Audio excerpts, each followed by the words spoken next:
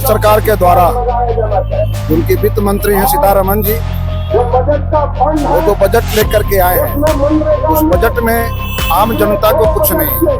इस बजट से और महंगाई बढ़ेगी, बेकारी बढ़ेगी, बेरोजगारी बढ़ेगी। पूरे नीचे के स्तर पर, प्रखंड स्तर पर, जिला स्तर पर, पूरे राज्य, पूरे देश के स्तर पर यह विरोध कार्यक्रम वाम दल के लोग चला रहे हैं कि 10 लाख रुपए तक जो है वो आयकर में छूट मिल गई है, लेकिन इनकी संख्या बहुत छोटी है आयकर देने वाले लोगों की। केंद्र सरकार द्वारा बजट पेश जाने के बाद सीपीआई के तमाम कार्यकर्ता इन दिनों सड़कों पर है। 14 से लेकर के 23 फरवरी तक ये आंदोलन कर रहे हैं और उस बिल को वापस करने की मांग कर रहे हैं। ऐसे में जो ये पर्चा बांट रहे हैं उसमें लिखा गया है कि सांसद में पेश किए गए बजट में शिक्षा, सार्वजनिक स्वास्थ्य, सामाजिक कल्याण और मनरेगा के बजट में कोई बढ़ोतरी नहीं की है। ऐसे में कह सकते हैं कि जिस तरह से बजट पेश किया गया, बजट में जिस तरह से बढ़ा चढ़ा करके बातें कही गई, अब देश की जनता सड़क पर उतर करके उन बजट का मुखालिफत करते हुए नजर आ रहे हैं। ये राजधानी रांची का अल्बर्ट एक्का चौक है और इस अल्बर्ट एक्का चौक को हम तस्वीरें आपको दिखा रहे हैं कि सीपीआई वाम दल के तमाम जो लोग हैं सड़क पर उतर करके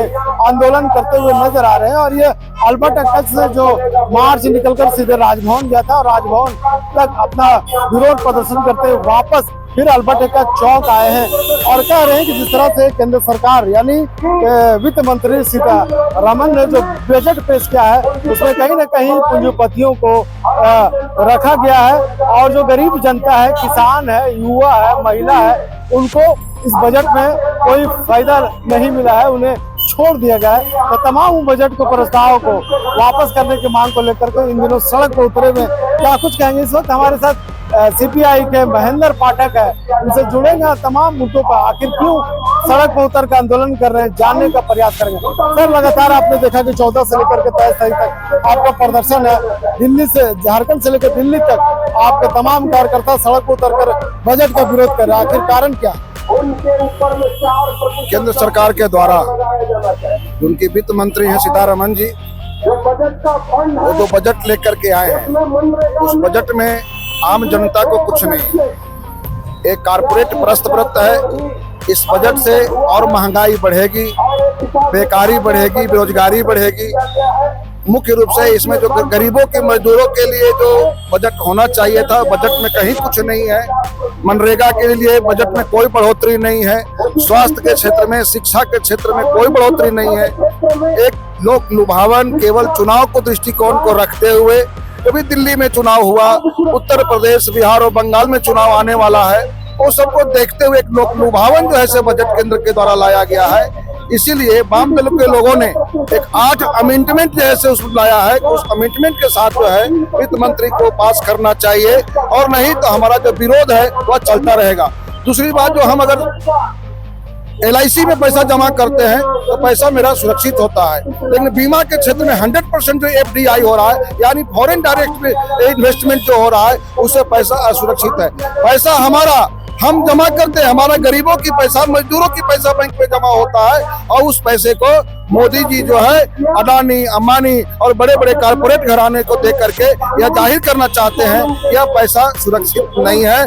इसलिए ये बजट जन विरोधी बजट है। इस जन विरोधी बजट को वापस लेकर के हमारा जो 8 अमेंडमेंट है, जो किसानों के सवाल पे, MSP के सवाल पे, मजदूरों की मजदूरी के सवाल पे, नरेगा मजदूरी के सवाल पे, स्वास्थ्य और शिक्षा के सवाल पे, इन सारे चीजों पर बजट में बढ़ोतरी होना चाहिए। इसीलिए आज पूरे देश में, आज हमारे पार्लियामेंट पर भी जो है से जंतर मंतर पर आज कार्यक्रम हमारा चल रहा है। आज हमारे राजभवन पर से घूमते हुए हम लोग यहाँ पे आए हैं और पूरे नीचे के स्तर पर, प्रखंड स्तर पे, जिला स्तर पे, पूरे राज्य, पूरे देश के स्तर पर यह विरोध कार्यक्रम वाम दल के लोग चला रहे हैं। लेकिन सर, एक सवाल है कि जिस दिन बजट पेश किया जा रहा था, वित्त मंत्री सीतारमण जब बजट पेश कर रहे थे और बजट पेश होने के बाद उसे बीजेपी के तमाम नेता देश का विकासशील बजट बता रहे थे। ऐसे में जब किसान सड़क पे है, युवा सड़क पे है, मजदूर सड़क पे है और कह सकते हैं कि महिलाएं सड़क पे, क्या लगता है कि जो डिमांड आप रख रहे हैं सरकार मान लेगी?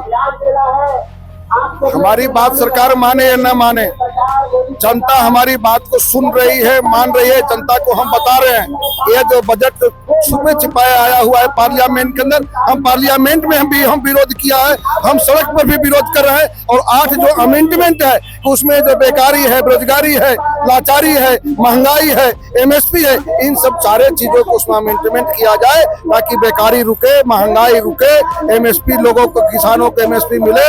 और जैसे तो बीमा के क्षेत्र में जिस तरह से आप 100% कर रहे हैं उसको वापस लेना चाहिए। हम दबाव बनाए हुए, हम और लड़ाई को तेज करेंगे, जनसंघर्ष हमारा तेज होगा।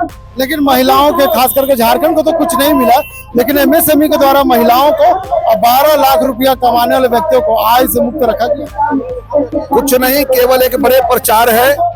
जिस तरह से फेर लवरी लगाओ गोरा हो जाओ, उस तरह से मोदी जी की प्रचार है। और मोदी जी की प्रचार से केवल उनकी कुर्सी सुरक्षित हो जा रहा है, लेकिन जनता सुरक्षित नहीं है।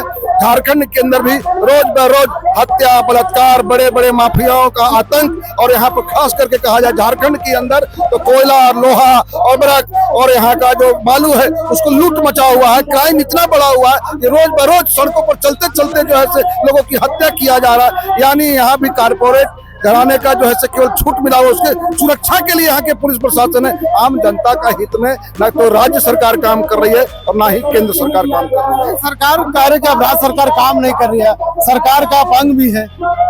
क्या है सरकार में माने इंडिया गठबंधन का आप घटक दल में शामिल। कोई इंडिया गठबंधन के पक्ष में नहीं है। हम सरकार अगर अच्छा काम करेगी तो हम उसको समर्थन करेंगे, जन के विरोधी में काम करेगी हम उसको सड़क पर खड़ा होकर के विरोध भी करेंगे, सदन के अंदर भी और सड़क पर भी जैसे विरोध करेंगे। आज इसीलिए हम लोग सड़क पे हैं कि सरकार जो काम कर रही है वह काम जनहित में नहीं है, जनता के हित में नहीं है। निश्चित तौर पे कह सकते हैं कि जिस तरह से बजट पेश किया गया, बजट पेश करने के बाद तमाम चीजें जो देख रहे हैं कि सड़क पर इन दिनों महिलाओं से लेकर पुरुष तमाम लोग सड़कों पर उतरे हुए और कह रहे हैं कि केंद्र सरकार जो बजट पेश किया है, जो अमेंडमेंट पास किया है, जो बिल पास किया है, उसे वापस ले और एक बेहतर, एक सुंदर बजट पेश किया जाए। लेकिन जिस तरह से सड़क पर उतर कर आंदोलन कर रहे हैं, क्या इनकी बातों को मोदी सरकार मानेगी? क्या लगता है सर कि आपका आंदोलन कर रहे हैं, सड़क उतर करके बजट का विरोध कर रहे हैं, मोदी सरकार आपकी बात को मान लेगी? मानेगी। केवल सड़क पर ही नहीं, संसद में पूरा विपक्षी दल पूरे इस बजट के खिलाफ है। और ये बजट जो है, हालांकि एक तबका काफी खुश हुआ है कि 10 लाख रुपए तक जो है वो आयकर में छूट मिल गई है, लेकिन इनकी संख्या बहुत छोटी है आयकर देने वाले लोगों की। तो बजट में मनरेगा में कटौती हुई है, सामाजिक सुरक्षा में कटौती हुई है, खाद्य सुरक्षा में कटौती हुई है, शिक्षा में कटौती हुई है, स्वास्थ्य में कटौती हुई है। और जो बड़े कारपोरेट घराने हैं, ये बड़े कारपोरेट घरानों का करोड़ों रुपए का टैक्स माफ किया गया है। और एक प्रकार से बजट घाटा की पूर्ति के लिए ये नोट छाप रहे हैं। तो नोट जो छाप रहे हैं, इससे पूरी अर्थव्यवस्था का भट्टा बैठने वाला है। आज एक अमेरिकी डॉलर के मुकाबले भारतीय रुपया 86 हो गया है।